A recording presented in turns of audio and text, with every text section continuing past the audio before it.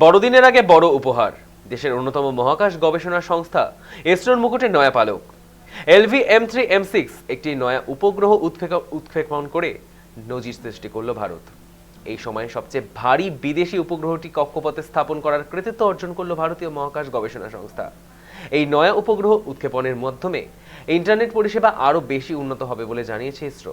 বুধবার ইসরো জানিয়েছে, উৎক্ষেপণের পথে থাকা মহাকাশের ভর্তি জঞ্জাল ও অন্যান্য স্যাটেলাইটের গতিপথের সঙ্গে সম্ভাব্য কনজাংশন বা সংঘর্ষের ঝুঁকি দেখা দিয়েছিল।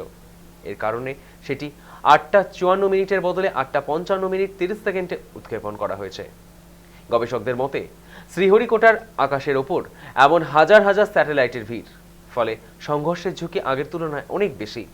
এই LV-M3-M6 উপগ্রহটি মার্কিন সংস্থা AST স্পেস মোবাইলের অত্যাধুনিক কমিউনিকেশন স্যাটেলাইট ব্লুবার্ড 6 নিয়ে তৈরি।